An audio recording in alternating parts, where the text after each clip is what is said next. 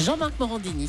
C'est un fait, les événements dramatiques de ces dernières semaines auront au moins eu pour conséquence d'encourager les Français à se renseigner sur les religions. Depuis quelques jours, les ventes des ouvrages et essais liés à la religion musulmane ou à la laïcité ont explosé. Pour en parler avec nous, l'invité de 10h45 sur Europe 1 est Marie-Rose Guarnieri. Bonjour. Bonjour. Merci d'être avec nous. Vous êtes directrice de la librairie des Abbesses à Paris. On va parler avec vous de cette vente qui s'envole concernant ce type de livre. Est-ce qu'il y a un livre en particulier qui ressort dans ce que recherchent les gens aujourd'hui? Il y a le livre de Diderot, de la tolérance, qui est vraiment sorti, traité sur la tolérance en folio. Peut-être c'est le prix, c'était un prix à 2 €, mais en tout cas, immédiatement, après cette grande vague, cette grande émotion quand même qui a submergé toute la France, il y a des gens sous ce logo, ou sous cette phrase « Nous sommes Charlie », il y a des gens qu'on a ressenti, nous, dans nos librairies, qu'il y a des gens qui avaient une nécessité, c'était celle de chercher des livres derrière tous ces mots dont on entend djihadisme, laïcité, liberté, tolérance. Donc il y a déjà eu un premier mouvement autour d'un seul livre, c'est celui d'Houellebecq, Soumission. Parce que les gens avaient l'impression qu'il y avait un lien avec l'actualité qu'on était en train de vivre. Ensuite, le deuxième temps, c'était d'acheter tout de suite tous les livres des caricaturistes concernés et des dessinateurs concernés. Donc, comme si on voulait, dans ce trou qu'ils laissaient, dans ce choc qu'ils laissaient par leurs livres, garder quelque chose de leur corps, de leur être, et que quelque chose comme ça ne disparaisse pas. Et ensuite, des livres vraiment qui fondent une vraie pensée. Donc, après les émotions, des gens qui ont eu vraiment envie d'approfondir et de connaître qu'est-ce que c'était que cet islam, qu'est-ce que c'était que le djihadisme, que c'était aussi comment on pouvait aujourd'hui coexister, comment l'État français pouvait coexister avec l'islam, qu'est-ce que c'était qu'une république et qu'est-ce que c'était que la laïcité. Alors, dans les faits aujourd'hui. Il y a beaucoup de choses justement sur l'islam. Quand quelqu'un veut comprendre l'islam, c'est une religion dont on dit un peu tout et n'importe quoi. Qu'est-ce que vous conseillez comme livre? Il y a des gens que je conseille le livre de Berck, déjà le Coran, celui qui a vraiment pensé un certain nombre, qui a vraiment traduit et vraiment bien, je crois, établi les notions sur le Coran. Donc ça, c'est un des livres. C'est quoi le livre donc? Le livre, c'est le Coran traduit par Berck, Jacques Berck, qui est un spécialiste de la. Ensuite, il y a un livre aussi.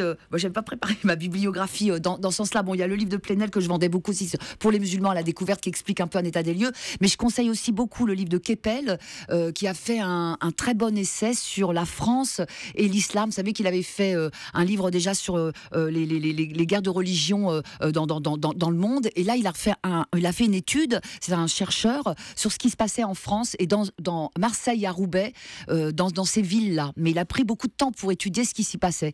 Comment l'islam avait pris sa place dans ces villes-là. Donc là, ça, c'est un monsieur Keppel qui est pas religieux, mais qui est un chercheur et qui vous explique un peu comment, dans une république et dans l'islam de France, comment il est en train de naître et comment il s'est comme ça, parfois, des jeunes se sont fait endoctriner dans des causes plus extrêmes. Sur la réflexion, vous parliez du traité, du fameux traité sur l'intolérance également. Qu'est-ce qu'on trouve là-dedans pour que les gens comprennent bien s'ils ont envie d'acheter? Aux invariants de notre République et ce que c'est qu'une tolérance, parce que c'est un texte classique, vous voyez, c'est retourné comme ça sur une figure de notre culture française qui est Voltaire. C'était une façon pour eux, je crois, de dire, voilà, c'est les fonds baptismaux de notre culture, c'est cette histoire de tolérance.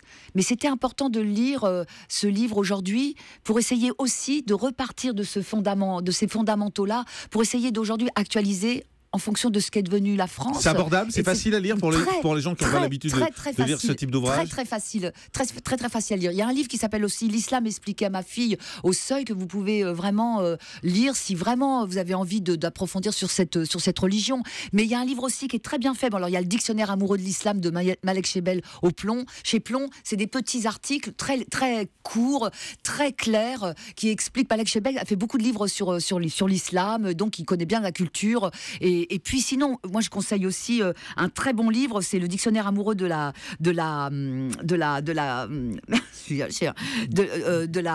l'islam. Non, le dictionnaire amoureux de la religion. Je connais pas le titre. Alors donc c'est un livre important parce que ça vous donne de la laïcité chez Plon de Pénaruis. Donc un dictionnaire amoureux de la laïcité. Voilà. Parce que c'est un livre qui est très important aussi parce que ça vous réexplique qu'est-ce que c'est que cette histoire de laïcité, comment, à quel moment on a séparé l'Église de l'État, et c'est un livre qui éclaire aussi sur pourquoi ce qu'apporte et ce que protège la laïcité et ce que aussi englobe la laïcité. Donc c'est un livre très subtil là-dessus et très facile, très accessible parce que c'est un dictionnaire et c'est des petits articles légers. Quand les gens viennent vous voir, ils sont quoi? Ils sont un peu perdus, ils sont dans quel état d'esprit, les gens qui viennent vous demander conseil pour un livre? J'ai vu des, il y a plusieurs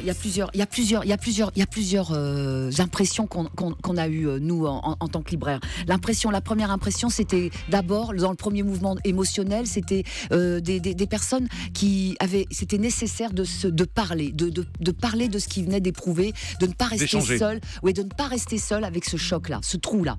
C'est-à-dire que c'est une telle violence et c'est quelque chose comme ça qui surgit sur le territoire avec quand même un symbole assez explosif. Il y a un acte, mais aussi un symbole assez perturbant, assez déstabilisant, que les gens sont venus vers les librairies comme ça pour déjà parler de tout cela, de ce qui se passait, comment ils éprouvaient. Et ensuite, le désir, après les émotions, le désir de s'instruire, de dire il y a quelque chose qui a changé, il y a des choses qui nous échappent et on aimerait comprendre comment aujourd'hui deux jeunes hommes arrivent dans une rédaction et assassinent comme ça tous ces livres. On vous mettra tout bien évidemment sur europe1.fr, tous les livres que vous nous avez recommandés aujourd'hui. Merci Marie-Rose Guarnieri d'avoir été avec nous. Je rappelle que vous êtes directrice de la librairie des Abbesses à Paris.